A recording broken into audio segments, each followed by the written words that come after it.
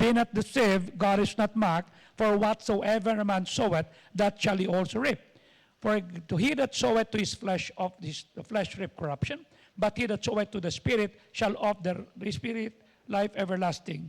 Let us not be weary in well-doing, for in due season we shall reap if faint not. Galatians 6:10, and as we therefore have opportunity, let us do good to all men. Ano nakalagay? Especially unto those of the household of faith. Kita ba ha? Gumawa tayo ng mabuti. Tama? Sa lahat. Lalo na kung kapatid mo sa Panginoon. Okay? Father, we thank you. Salamat sa inyong kabutihan, kahabagan, kawaan. Turuan mo kami at pagtiwalaan sa pangalan ni Kristo Jesus. And all God people say, please be seated. Thank you very much. As we close 2025, this day, okay? It is important na mag-reflect tayo sa mga seeds na itinanim natin sa nakalipas na panahon. 12 months, 52 Sundays, 52 Wednesdays, and then last 2024, 2023, 2022, 2021, 2020. I ask you, ano makikita mo? Will you have a bountiful harvest in 2026? Or will you have a surviving May? Okay? Kahapon, marami nagtawagan sa akin, Pastor, nakita mo ba, patay na si Pastor Joey? Sabi ko, yeah, I heard about that and we prayed for that. Okay? He died and I'm so happy na I did not do anything despite of the fact that he was so rude and sa akin, sabi ko, no, tama naman sinasabi niya. Okay? Tama sinasabi niya. Kanya nga nandun yung mga men. Nung pumunta siya sa office, sa lounge, sabi niya, bakit mo ginawa yon? You know why? Nung malaman kong pupunta siya sa General Santos, sabi ko doon sa pastor, mag-ingat ka. Hindi, pastor, no, mag-ingat ka. Ibig sabihin, ingatan mo kasi pag may nangyari sa kanya, listen to this baka ako sisihin at sabihin, pambira, pinatira ni Joey ito. Sabi ko, ito ang menu ng mga diabetic. Pinalagaan ko. Nagtaka siya. Then nung kinamanda yan, pumunta rito, sabi ng mga men, Pastor, nandito po si Pastor. Yeah, inaasahan ko yan. Okay? Sabi niya, ba't mo ginawa sa akin yun? No. Ang turo ng pastor ko, Acts 5:38. Okay? Sabi ng Acts 5:38, ha? Pag ang mga taong ito, sabi ni Gamaliel, ay hindi sa Diyos, hayaan nyo sila. Let them. Bakit? Kasi walang pupuntan. It will come to naught. Walang mangyayari dyan. Titigil yan. Pero sabi ng verse 39, ngunit, kung ito'y sa Diyos, kung siya ay sa Diyos, kung siya ay nagsaserve, kapatid mo sa Panginoon, ano sabi? Ay matatagpuan kang kaaway ka ng Diyos. Sabi ko, wala akong kapasidad. Tignan kung ikaw ay sa Diyos o hindi. Magpapakasiguro na ako na ikaw ay sa Diyos. Kanya tinrato kita. Hindi ko siya inaway kasi tama ang post niya eh. Mali ako eh. Tama siya eh. Tama? Ito yan ha. Mali ako, hindi ako exempted sa consequences. Tama? Inaani ko yun. I cannot please people because I messed up, I did wrong. Kailangang harapin ko yan. Okay? Ikaw matino ka eh. Wala kang ginawang mali. Tama? Mas may karapatan kang magpatuloy, mas may karapatan kang magpasakop, mas may karapatan kang mayapit kasi tama ka. Huwag mong hayaang masira ang patutuo mo at ang buhay mo kasi may maling sinabi sa iyo. Ang ibang tao, sa akin lahat ng klase. Hindi ko inaway. At kahapon nga, nung tinawag sa akin patay na, sabi ko, I'm so sad about that, but I'm happy kasi nakita ko yung last few years ng kanyang buhay. It's not good dahil sa, listen ha, immune system bumagsak. Pangalawa, kidney failure. Okay? Pangatlo, 4 na stent ang dapat ilagay sa kanya ngayong week na darating sa heart center. Hindi na siya umabot. And I told the pastors, nauna lang siya sa atin. Tayo na yan. Ang tanong ko ito, kung inaway ko, kung sinagot ko. Tama? Di ang bigat ng puso ko ngayon. Tama? And I said, no. Magkapatid tayo. Kung yung unsaved nga, hindi ko na inaaway. Kristiyano pa. Okay? Are you sowing seeds that will benefit you and your family? Okay? God is not asking us to dream bigger or to plan harder. No, no, no, no. He's asking us to look honestly. Tatanungin kita, sa iyong relasyon sa Diyos, are you walking with God daily? Or are you only visiting Him kasi may kailangan ka sa Kanya? Okay? Is God a go-to guy kasi may kailangan? You see? Is your obedience driven by your love for God? Or it is your convenience para sa iyo? Ito, pipiliin mo kung ano yung pinakapwede. You see? When trials came this year, 2025, did you run towards God or did you run away from Him? Katulad ng tanong ko nung Sunday, Lord, sinunod kita, nireview ko si Ahab. Sumunod ako sa iyo, what now, Lord, what now? Pag may nangyari bang hindi maganda? You see? Nag-uusap kami mga pastor, sabi ko, kung malalaman ko kung saan nakaburol, punta tayo, ha? Opo. Ayusin natin.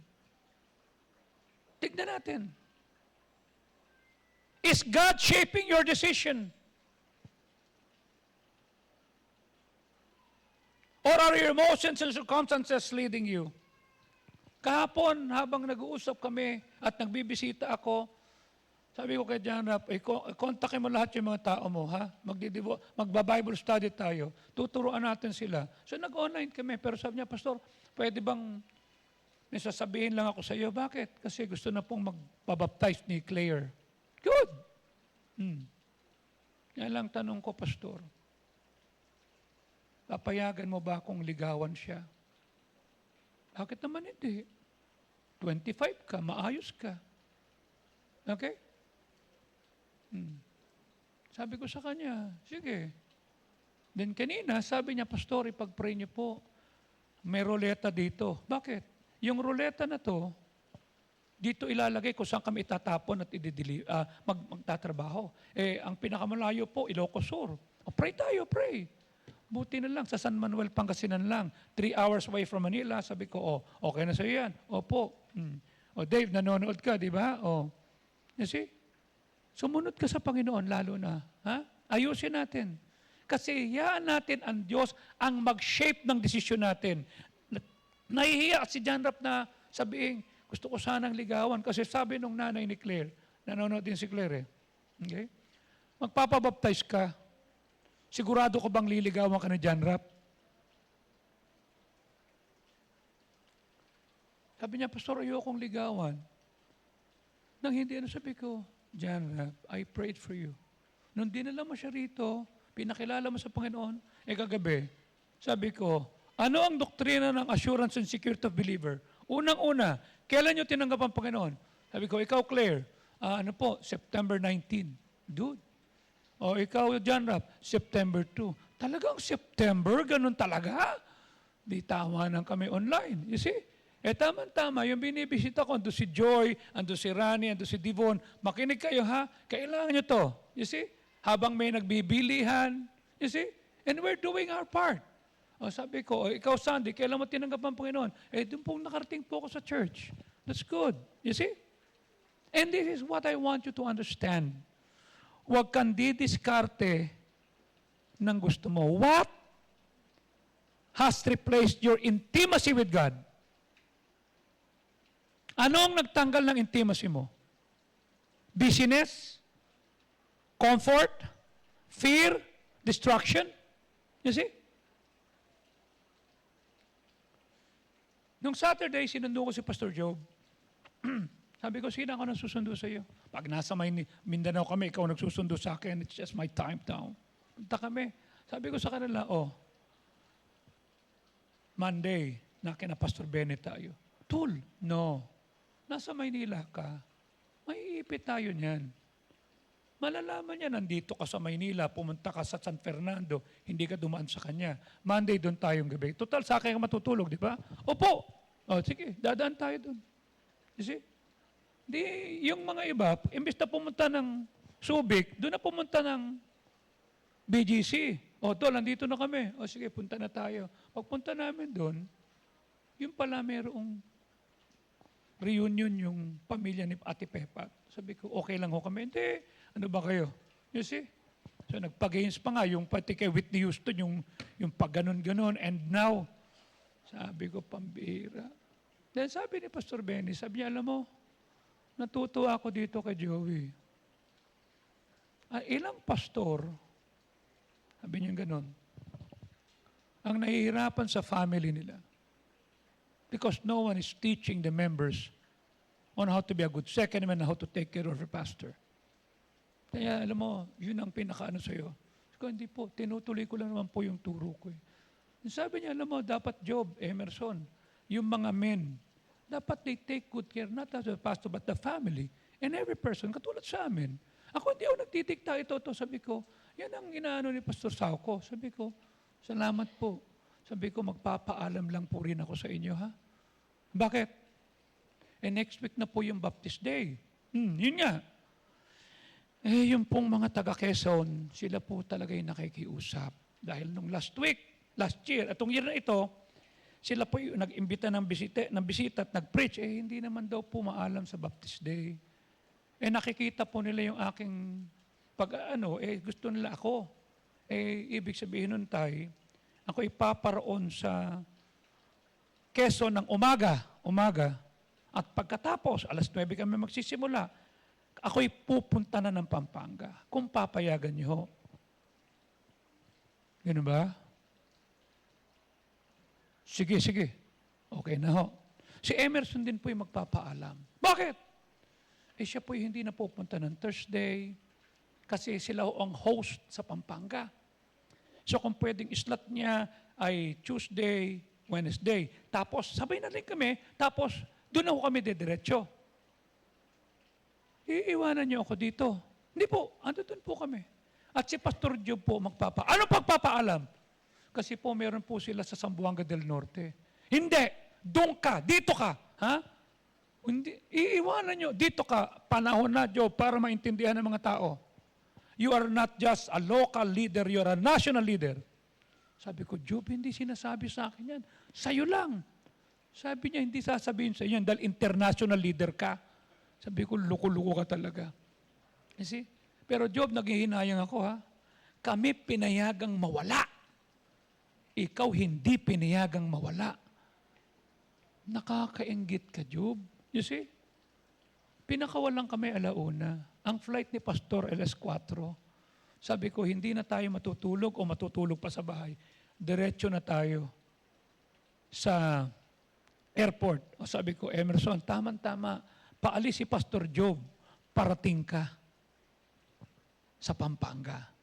Sabi niya, alam mo, ka na magdagdag. Paborito ka ni Pastor. Ito tanang ko. Isipin mo si Pastor for 50 years, nagpastor sa MBBE. For 55 years, he had been preaching. And he always say, I know Joey as a second man all throughout. Sabi ko, tay, salamat po. Ha? You know why?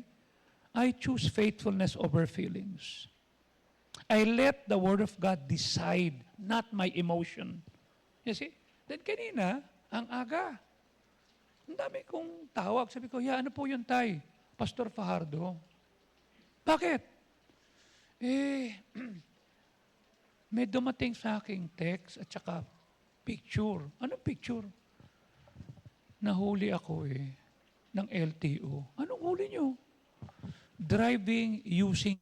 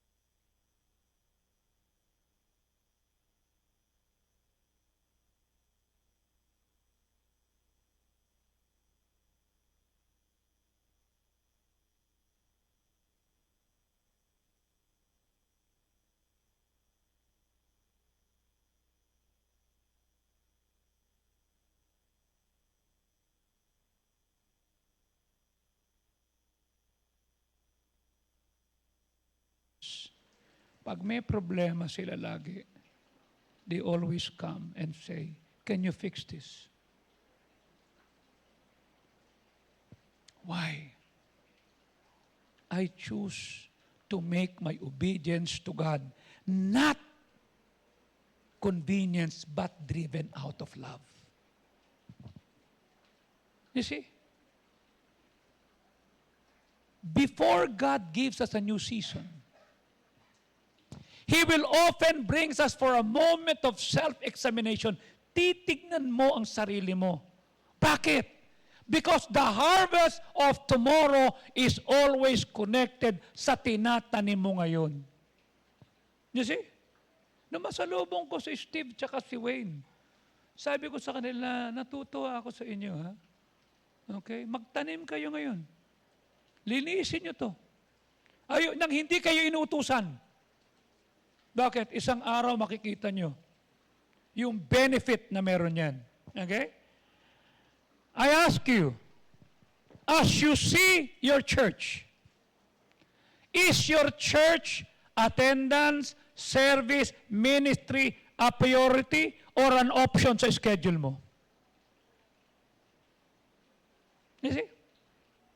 For 42 years, 1983, nandito na ako, pero nasave ako noong 1985, that was 40 years, ang church priority sa akin. Kanya nga iniwan ko yung trabaho ko. Next year will be 39th year na nag-full-time ako. Okay? Do you see the church as an option or a priority? You see? Kasi kung ano tanim mo last year, yun ang aanihin natin. Ang tanong naman, are you a consumer sa church? Or are a committed contributor? You see? Kung consumer, ang lagi mong iisipin, baka may parapol ulit. Ang saya nung nakaraan. You see? Oh. Nabunot ko yung pangalan ni Rene. Nakalagay, Renato Angtang. 3,000. Binalik ko. Sabi ni Jeff, Dad, si Sir Rene yun. Di niya kailangan yan. Pararamdam ko sa kanya yung nararamdaman ko pagka nagkakaroon ng tinatawag na raffle at hindi ako binibigyan. Pero mo, 60,000 ni piano. Oh. Natawag ay si A-Joy, tama? Oh. Nakita mo ba siyang 3,000 at sa akin na yun, oh? Di ba? Ba hindi man lang na umawit pa nga kasama yung habang kumakanta si Ray ng, kinanta mo, nak? Oh. Makikita mo, nakaganon pa siya, parang feeling niya siya yung kumakanta, nakahawak pa sa dibdib eh. Ang tanong ko, Ere, pag hindi ka ba nanalo sa raffle, sasama loob mo. Oh. Nilabas ko na yung mga sapatos ko na iraraffle mamaya. May mga 2 tao na nagsukat ng sapatos. Ginano na, sinukat na. Hindi kasya. Yung isa naman, sinuot niya. Kasya to. Ang ginawa, nag-pray na. Nakita pa ni Ellen, ito yung mga t-shirts na pamimigay. Oo, sambira. Yung mga sapatos ko, Fred Perry, Haruta, puro made in Italy lahat. Sabi nila, pambira. Kanya, yung mga kasize ko, mag-pray na kayo. Yung mga t-shirt, mag-pray na kayo.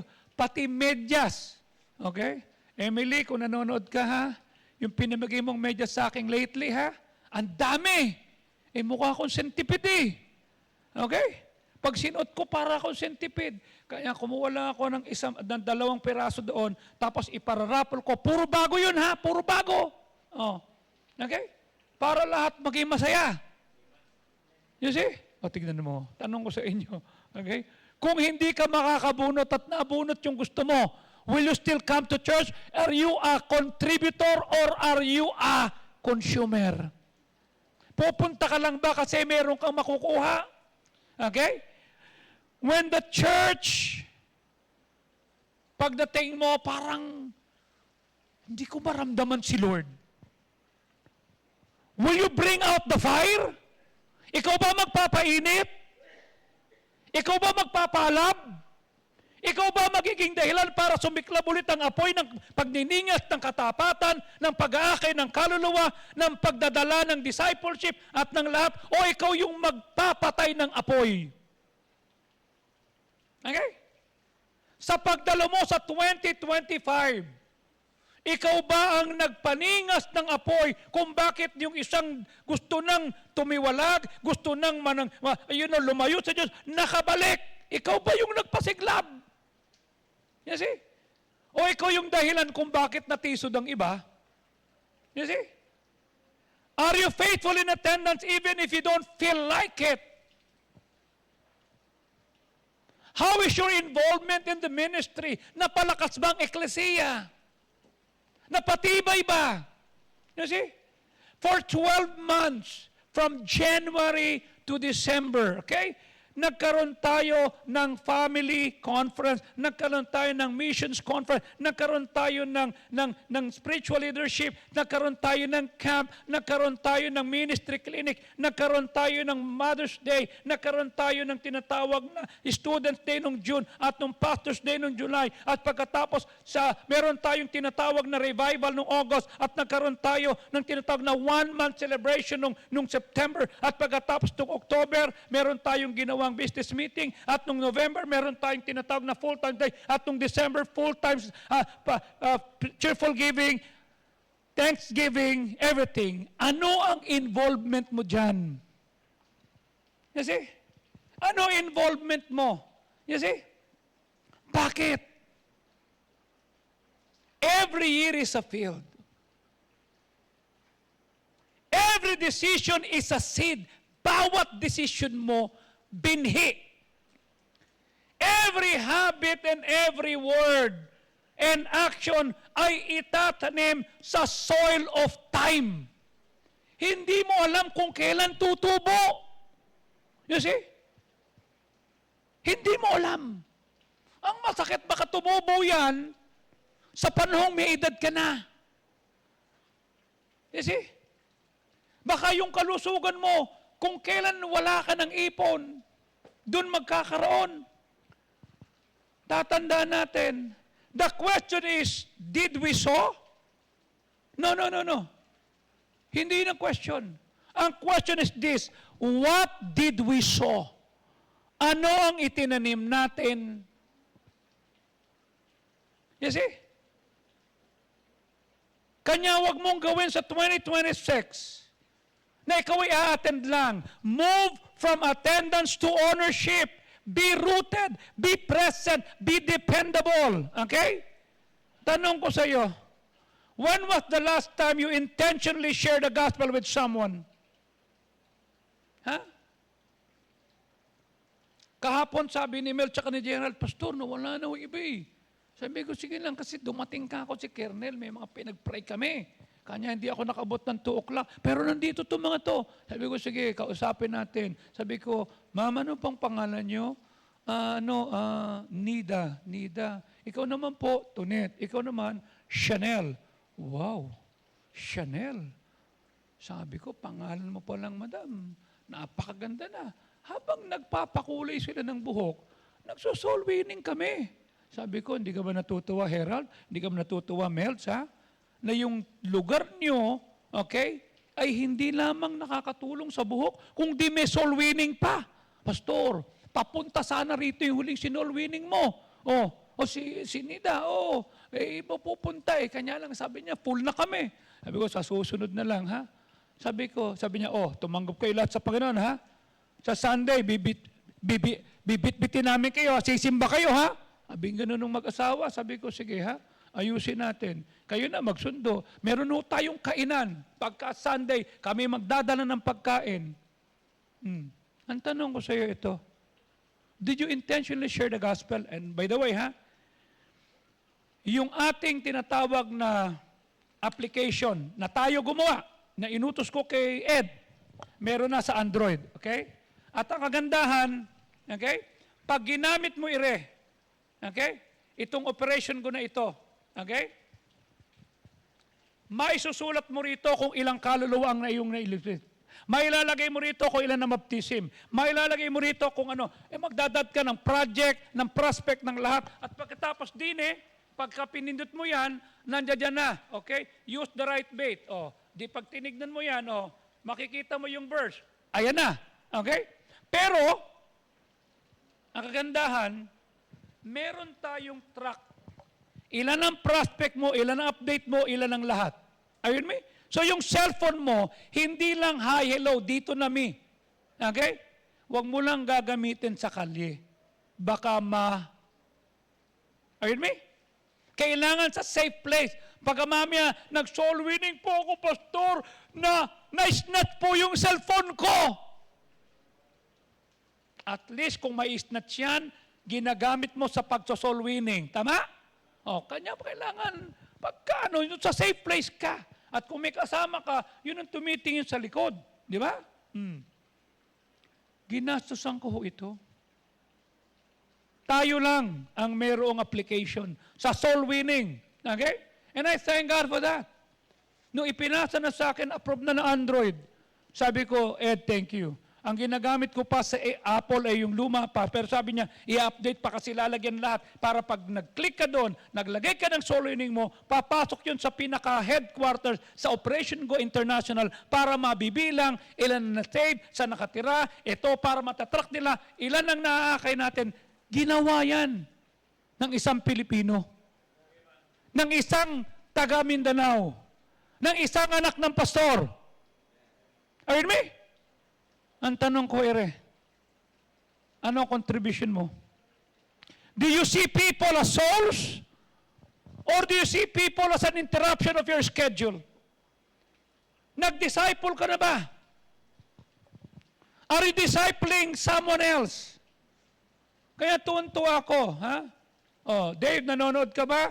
Mag-check ka nga kung ikaw tsaka si Sheila Jane, ha? Si Sandy nanonood, si Claire nanonood.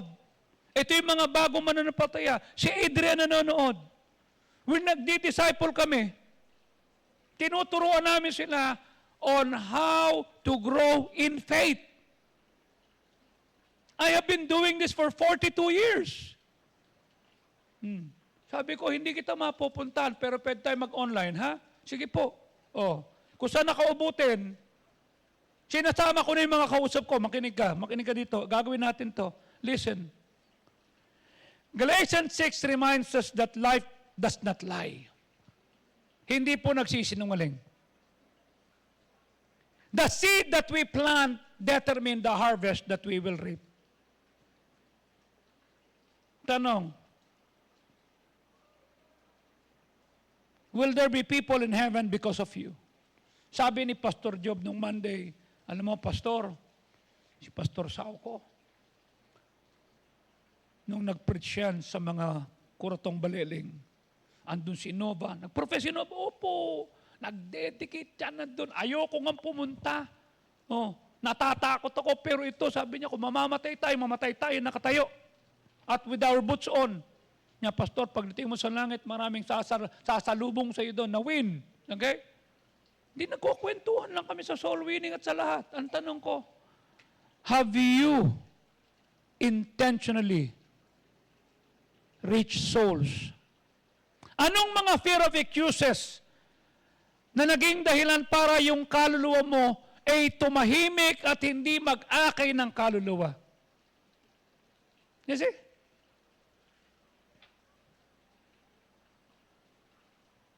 Tatanungin kita,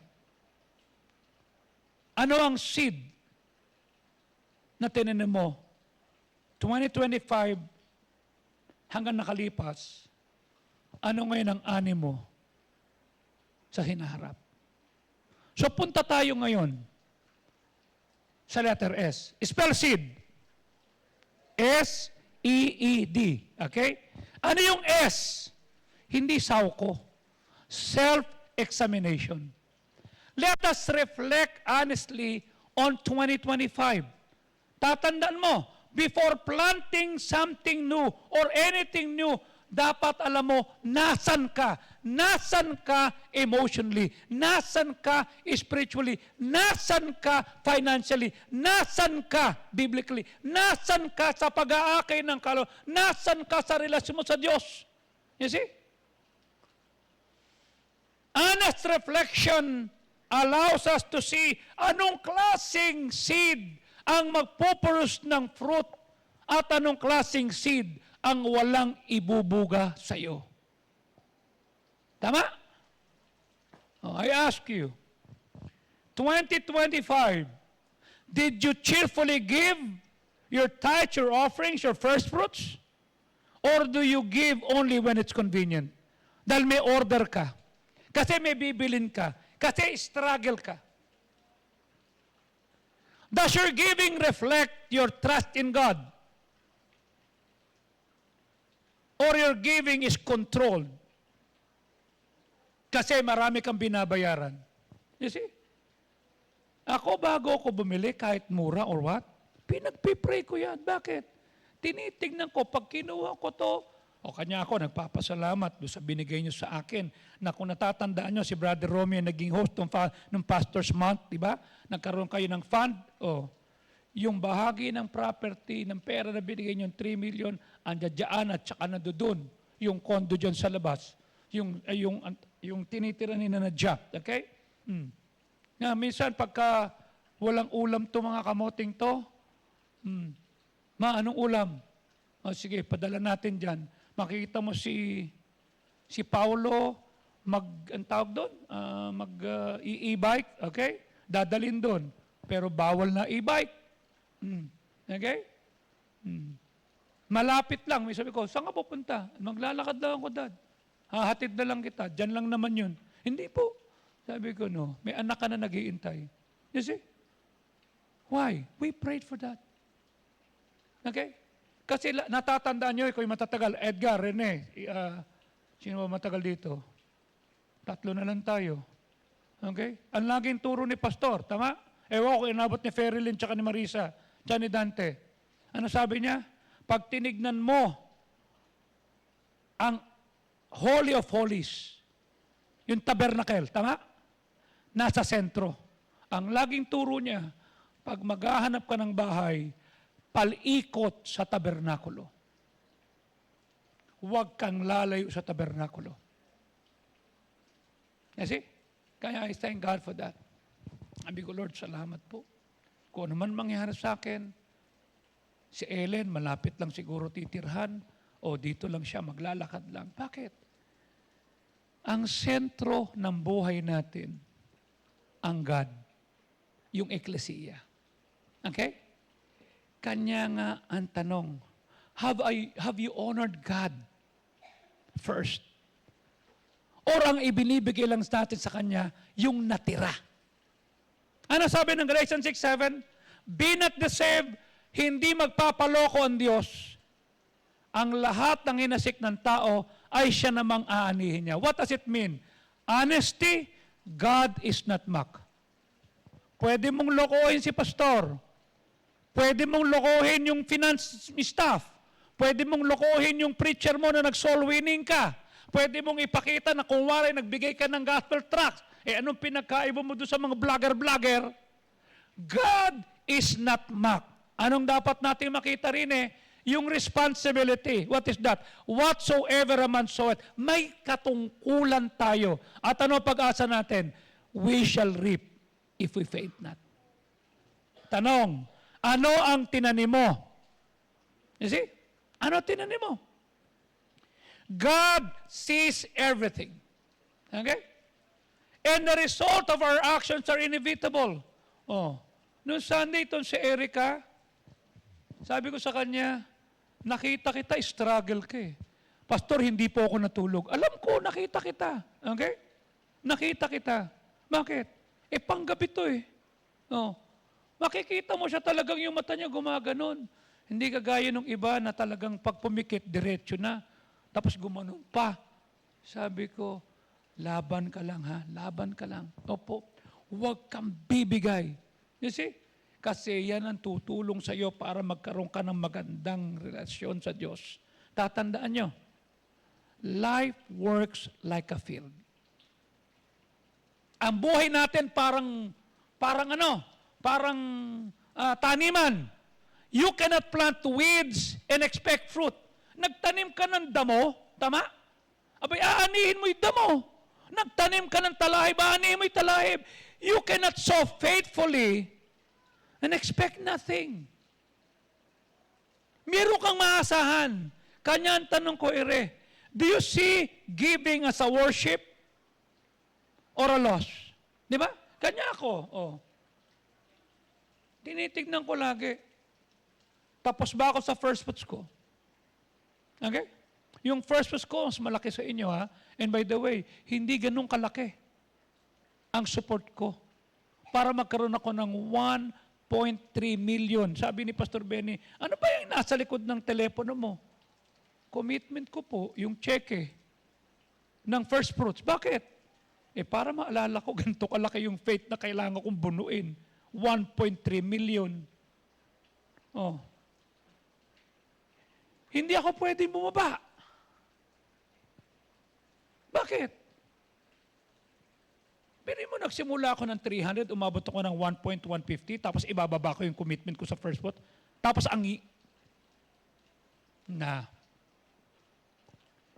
what would change if you really believe God as your provider? Tatandaan mo, when God tells us what we will reap, is what we sow. Kung ano ang tinanim mo, yun ang aanihin mo. He is not punishing us pag sinabi niyang, aanihin mo yan. No, it's not punishing. He is telling us how things really are because God is honest. Tinanim mo aanihin mo yan. Kanya ang tanong ko lagi, pag lumaki na ba anak mo, aanihin nila yung katapatan mo? You see? Aanihin ba nila? Oh. Halimbawa, nagsisigarilyo ka. Mami, ang konti, magkakaroon ka ng smoker's hack. Mami, ang konti, meron ka ng lung cancer. If you overspend, mami, ang konti, tatawag na yung one hand. Oy, bayad mo. Itetek na lahat yung mga kabarkada mo. At magugutom ka kasi wala ka ng pera. On the other hand, pag kumain ka ng malusog at maayos at nag-exercise regularly, you may suffer na magkasakit ka, hindi tayo exempted dyan, magkakaroon ka lagnat. Pero, hindi malala. Pag nag-budget ka wisely, you have more to pay your bills. People don't reap what they sow. Because sometimes, may papasok sa iyo and they will reap the consequences of what you did. Ang masama, iba madadamay. Hindi mo napapansin? Pag pumapalpak ka, laging si nanay, si tatay, si kuya, si ate. The law of sowing and reaping has not been repealed. Hindi ito natanggal. Ito'y operating. Patuloy ito. The harvest always reveal the quality of the seed. Pag tinignan mo yung buhay mo ngayon, iyan yung quality ng seed na tinanim mo. Kanya kung hindi ka satisfied sa inaani mo, tignan mo yung tinanim mo. Okay? Pangalawa, yung care of the sower, yung pagmamalasakit mo, dinidiligan mo ba? Pinagpipray mo ba? Hinihingi mo ba? Ask yourself honestly, which habits produce the fruit that you see this year? Ba't masakit ang tuhod mo? Bakit hirap kang lumakad? Puro papaitan lahat ng bawal Which words brought healing or harm? Bakit magulo sa bahay? Tama sinabi mo. Tama ang mga words. Pero yung manner na sinabi mo, right? Which patterns did you repeat? Na naging dahilan, bakit ka nakabaon? Hanggang ngayon, yan pa rin. Okay? This year does not lie. The seeds did the talking. Okay? Hindi naman totoo sa akin. Shh! Intay ka lang. God is not back. Kung ano tinanim mo, aanihin mo. Kanya kanina, sabi ni Pastor, nagising ba kita? Hindi po, okay lang po. Kasi nahuli ako eh. Pero part of me is, sabi ko, ang aga. But part of me is happy. Bakit? Ako pa rin tinatawagan niya. Ayusin po natin. Tatawag po sila sa inyo. Binigay ko po yung number nyo. Okay? Magte-text muna po sa inyo yung bago kayo kausapin. What happened in 2025 is evidence of what you have sown. Intentional man yan o accidental. At haharap ka sa 2026. Dapat may bago na tayong pananaw. Now that we have honestly looked back, it's time to decide what plant move forward. Anong tanim mo ang magpapaunlad sa iyo sa 2026? Ang self-examination is not condemnation. It's about clarity. At pag nakita mo to clearly, magtanim ka na. Sadyain mo na. Okay? Unahin mo. Sabi ko nga sa iyo, hindi madali sa akin. Magbigay ng 60%. Okay? Sabi ko nga kay Job, sabi ko, pambira Job, di mo napansin? Sa akin, unang binigay yung jacket nalakos Binawi. Binigay sa'yo. Binigay sa akin isang jacket. Sabi niya, BMW naman yan. Laki ng laki sa lolong, lalay, buwaya. Tapos lahat kayo, samantalang ako. Si Pastor, kundi. Ang tanong ko sa iyo ito, in-examine mo ba ang 2025 mo? It leads empowering, sowing, choosing to sow the right seed to the Spirit. S, self-examination. E, empowered sowing. What does it mean? Magtatanim ka. Sasadyain mo.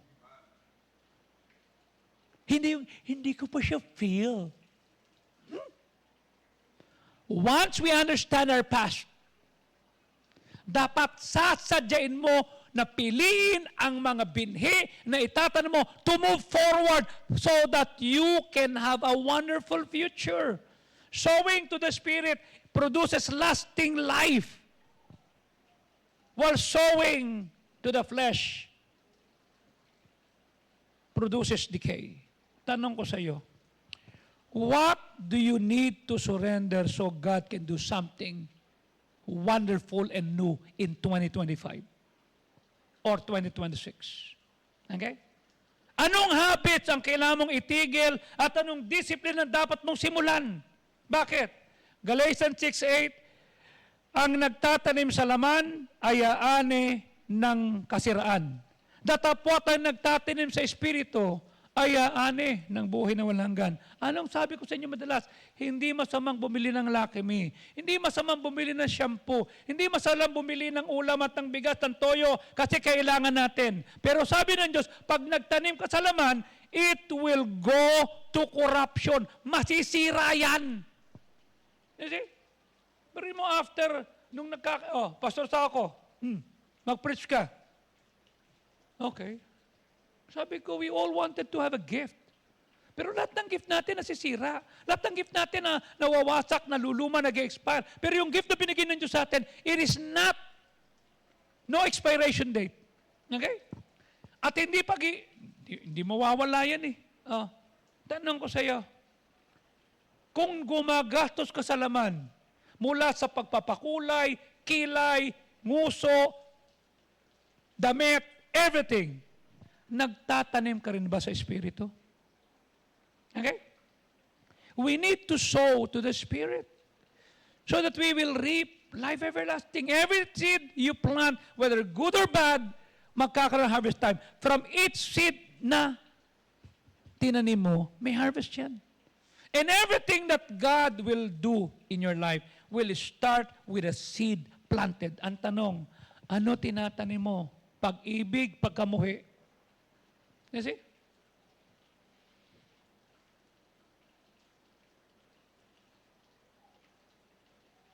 The Lord planted a seed of love. He sacrificed Jesus so that we can harvest salvation.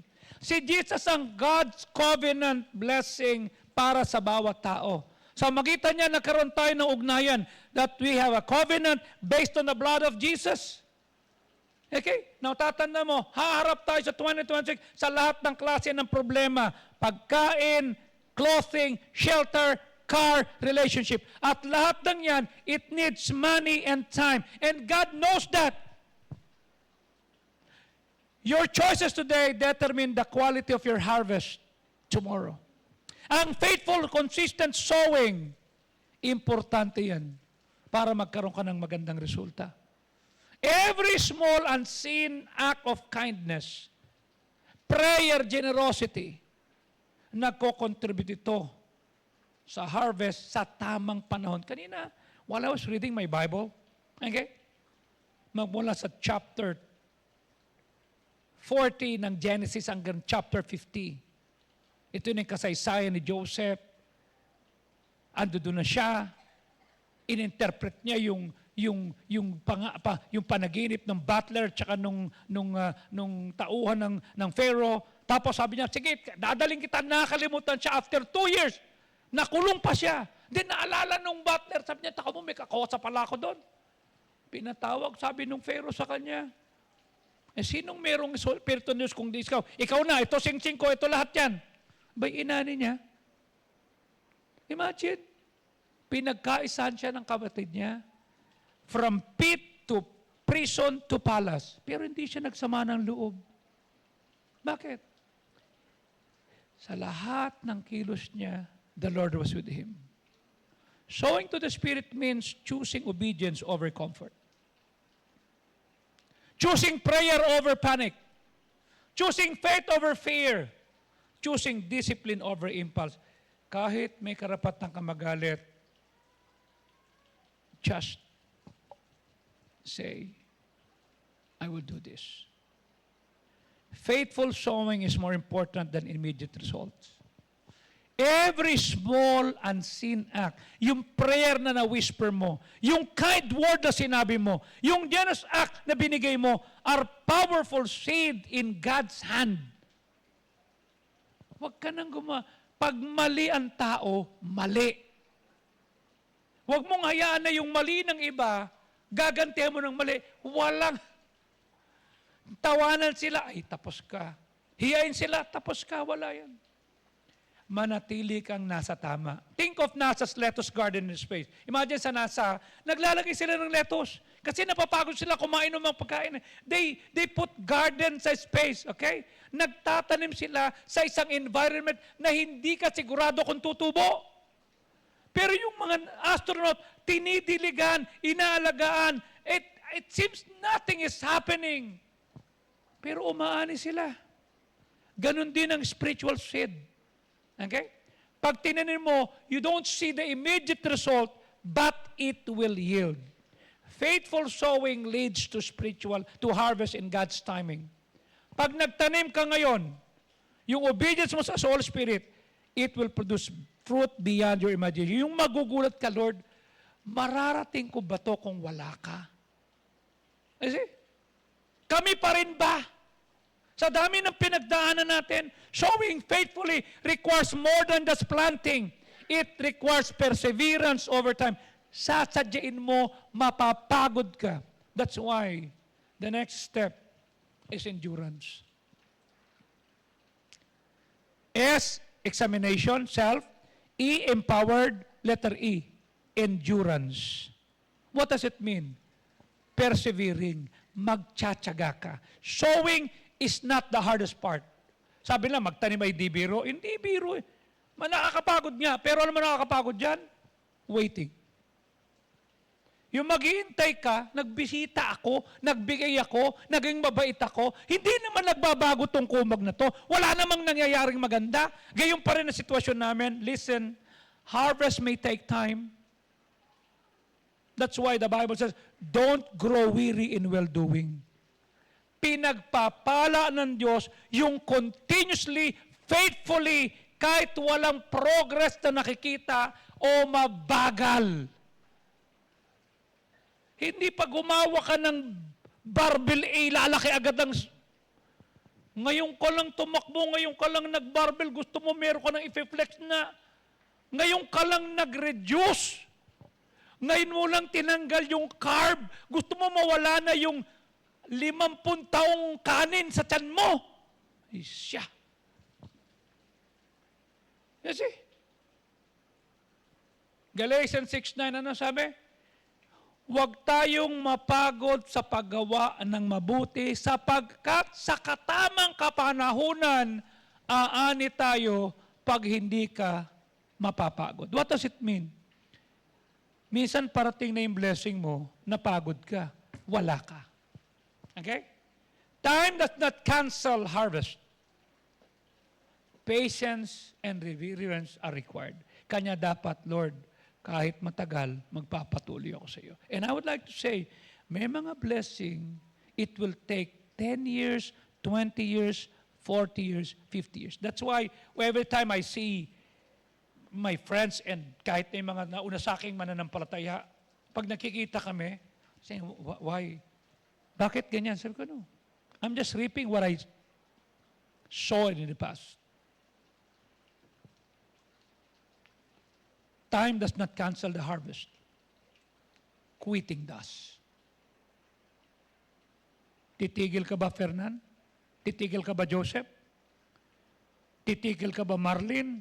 Kasi minsan wala bumibili ng mga gulay ninyo, tama? Kasi bakit? Kahit gulay, online na eh. Tama? Oh. Titigil ka ba? Ng kamamap?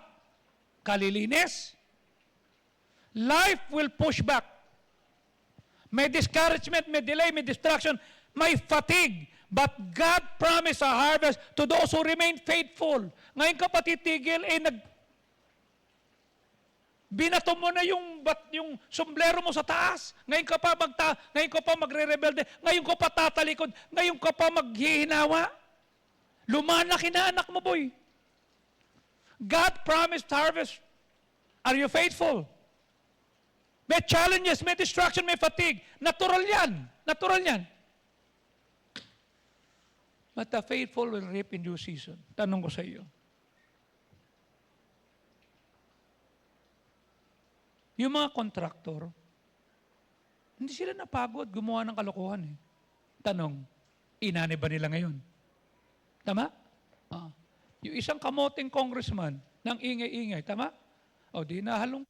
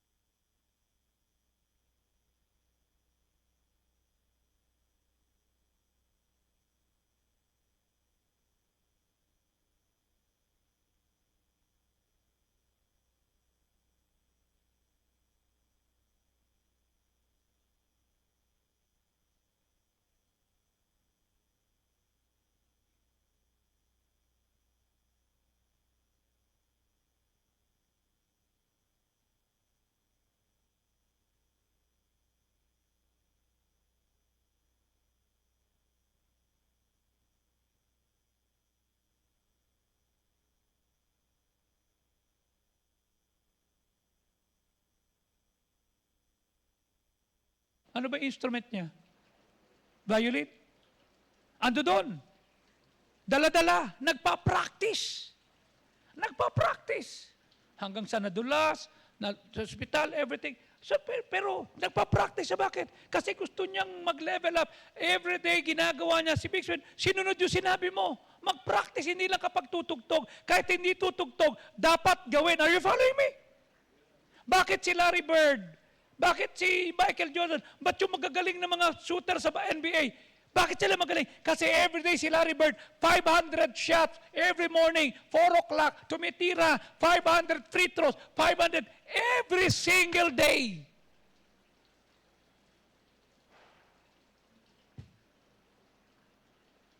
The result of unkinsed spirit-led sowing cannot be heard, but they are guaranteed. Keep sowing kahit walang pumapalakpak. Keep sowing even if it's tiring and fruitless. Keep sowing when no one applauds. Keep sowing when progress seems slow. Keep sowing when results are invisible. 2025, hindi ka nag-ano, pero sa 2026, bumawi ka. Yung diligence mo, mahalaga yan. Even when no one seems to notice it. Even yung circumstansya na nangyari sa iyo, parang hindi naman tama ito eh. Your faithfulness is seen by God. Edgar, nakikita ng Diyos. Yung nagbubukas ka ng pintuan, tapos nagpipintura ka, nakikita ng Diyos yun. Na sumasagot ka pa ng telepono, nakikita ng Diyos yan. Diba? Mas makikita mo yung iba, meron na, tapos ikaw, single pa rin. Nakikita ng Diyos yan. Kayong dalawa, pag wala yung isa, dapat nandito ka pa rin, ha? Hindi pag hinanap kayo, ba't wala? Wala po. Huwag kayong mahiya. Tama? Ayun mi? Huwag mahihiya, ha? Pag wala yung isa, magpatuloy. Pag wala yung isa, tara, punta tayo din eh. Ha? Ganun lang. O, kita mo, nung Sunday, di ba? Pareho kayo may naiuwi. Tama? Oo. Pero mas maganda, pareho kayo ng dalawa nandito. Tama? Pero kahit wala yung isa kasi nagkasakit o nautusan o bumiyahe, tama? Gawan nyo ng paraan na mapansin kayo ng Diyos. Ayun mo? Gawan nyo ng paraan. Endurance is what turns small obedience into an eternal impact. Yung maliit mong pagsunod, endurance is what turns small faithful efforts sa harvest ng eternal significance. Tanong, titigil ka ba ngayon? Do not quit sowing. Our faithful work will yield fruit in God's perfect timing. Di ba kinakanta natin, it's not in vain? Your labor is not in vain. Endurance is powerful, pero pag walang clear guidance, wasak tayo. Kanya mahalaga ang ang D. Patapos na tayo. Direction. What is D? Direction. What is E? Self-examination. What is E? Empowered sowing. What is E? Endurance. What is D? Direction. What does that mean? Do good intentionally nang hindi ka umaalis sa salita ng Diyos. Opportunity to sow do not last forever. Kanya pag meron kang pagkakataong mag-soul winning sa range, alam yan ni Brother Sofio, di ba? As you see the target, shoot, tama? Pag nakita mo target, shoot, pang! Ganon. Pag nakakita ka ng kaluluwa, win. Pag nakakita ka ng tumanggap, disciple. Pag offering time, maghandog. Okay? Para hindi ka mahirapan sa first mo, hulugan mo. Kanya magkakaroon tayo, first week, first Sunday ng March, first harvest. First Sunday ng June, second harvest. O July. Sa first Sunday ng 3 para at least, hindi ka mahirapan. Ako, hindi ko kaya yun. Weekly ako. Tatapusin ko. Bakit? Laki nun, 1.3. Oh, uunahin ko yun. Hindi naman ako nakain eh. You see? Kagabi, pagdating namin sa bahay, after namin magbisita, dumating kami, sabi, may tumawag yata kay Ellen, Ma, andyan na kayo? Yeah, ginabi na kami, nagbisita kami. Okay? Ano ulam nyo? Nagluto ako ng sardinas at ng tuyo. Ewan ko, kain ng daddy mo. Usapan namin, pag nagluto si Ellen, kakain ako. Di nagluto ng sardinas. Tinignan ko. Nagpakamatay yung 2 mega sardines. Naawa ako. Nakita ko yung 10 pirasong tuyo. Nagbawis buhay. O di kainin natin. Kung may suka ka, yeah. Hindi na ako naganap. Hindi ko sinabing pambira ka naman, tandaan na natin. Pinagdaanan natin. Ito pa kakainin. No. Masaya namin kinaing 2 yun. Can you still be happy sa tuyo? Can you still be happy sa sardinas? Ayun me? Can you still be happy sa kanin ng tanghali na ininit lang? O sasabihin mo, ito na naman ulam natin. Hindi yung pagkain na mahalaga eh. Yung magkasama kayo. Natawa si Ellen kanina. May pinakita ko sa kanya. Sabi niya, ano pong mali dito sa leche plan ko? Sabi niya, plan. Bakit? Kasi yan lang ang nalagay mo eh. Ayokong banggitin. You see? You see? Wala kang plano. Yung first word lang ang meron ka. Kasi ang pangit ng leche plan niya. Sabi niya, yan. Sabi ni Ellen, loko-loko, no? Oo, loko-loko. Okay? Sabi niya, anong mali po sa leche plan ko? You see? Wala kang plan. Yun lang first word meron ka. Sabi ko, loko-lokong kamote. You see? Talagang yung asawa pa ang nag-post talaga. Sabi ko, leche plan lang, mag-aaway kayo. Ayun me. Ito yan. Intentionally act, align your actions with God's guidance. Okay? Galatians 6:10, ano sabi? At lagi tayong may pagkakataon. Samantalahin mo. Okay? Samantalahin mo. Gumawa tayo ng mabuti. Okay? Kanya ako. Sabi ko, Lord, salamat po. Kanina, nag-text si Pastor Ed Bunyog. Happy New Year, tol. Sabi ko, Manong, Happy New Year. I'm happy to hear from you. I want you to know I'm praying for you always.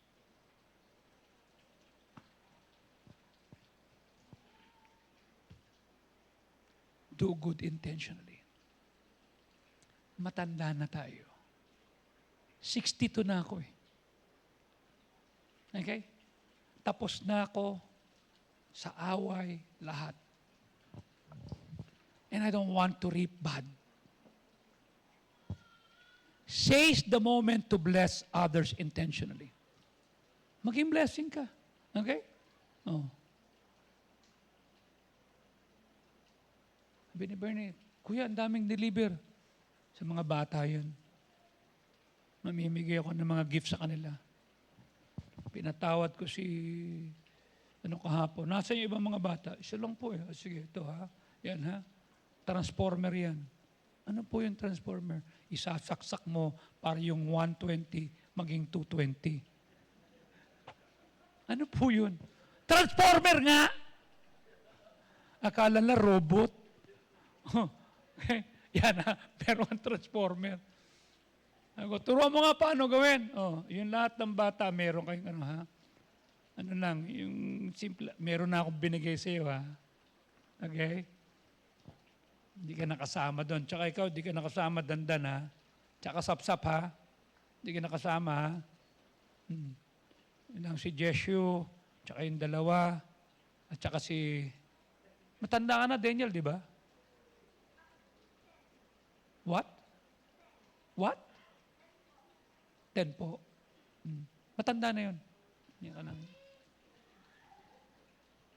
You're too old for that. You see? But let me just pray if the Lord will lead me to give you that. Okay? Can you reach your... No, this one. Like this. Dito nga. Nakikita mo ba yung kamay ko? Abot mo? Hindi ka na pwede. Abot mo na eh. Hindi ba ganun tayo ng bata, di ba? Abot mo yung tenga. Pag abot mo na, hindi ka na kasama. Sana ginanon mo ng konti. No, bibigyan kita. Sige, meron ka ha. Okay? I-bless mo yung tao intentionally. Imagine investing. The best time to start was the first check that you wasted. What you plant today can still produce a harvest pag nagtanim ka ng may pag-iingat. Intentionally think of investing. The best time was years ago. That moment is gone. Wala na. But the second best time is today. Today, while the blossom still cling to the vine, I taste your strawberries and drink your sweet wine. A million tomorrow will soon fade away. then I forget all the joy that is mine today. Don't let past regrets rob present obedience. God's timing is perfect. Your obedience produce fruit pag nakaalalay sa Word of God. Magtanim na tayo. I ask you, examine your past. Identify bakit ka tumigil magtanim. Magtiyaga. Get direction from God. Let's move from understanding to action as we step to the new year. Don't miss the opportunities in 2026. Lord, my 2025 is not that much, but I look forward in 2026. Babawi ako. Let's all stand up, please. Father, we thank you. Maraming salamat. Tulungan mo po that we will have a harvest that will give glory to you. Tulungan mo po na mag-persevere kami, maging diligent kami, intentionally hahanapin namin ang guidance mo, pipiliin namin ang kalooban mo. We will have self-examination, we will have empowered sowing, we will be enduring, and we need your direction. Will you come at the altar now? God bless you.